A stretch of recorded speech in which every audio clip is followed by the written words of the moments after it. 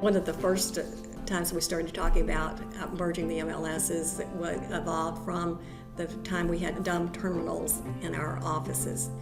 And it was a big machine, kind of like a huge typewriter that had a phone that you'd pick up the handset and put down on the computer to get the information. It would connect with the MLS and then it would start printing out listings that you'd requested.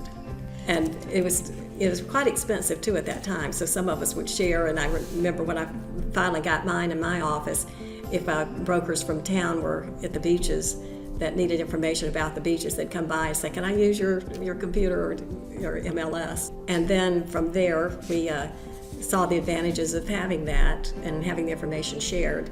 It was more computer-driven, the merger, I think, more so than anything else.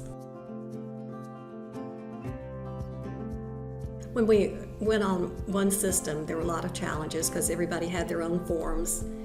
Beaches had their forms, Jacksonville had their forms, Orange Park had their forms. So we had to meet numerous times to merge all the forms to get everything in sync so that everybody agreed that this was the best forms to use.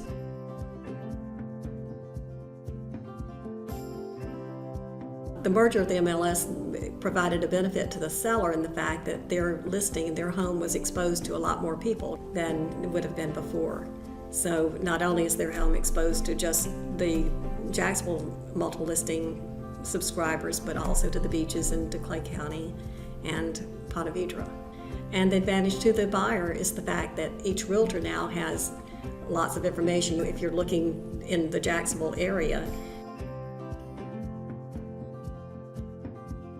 RealtyWeb is a tremendous tool for anyone in the business of real estate. The exposure is just incredible, not only with all the agents in the area with the MLS, but also with buyers and sellers and renters and homeowners all across the country that have property in this area or are interested in property in this area, because the exposure is just tremendous.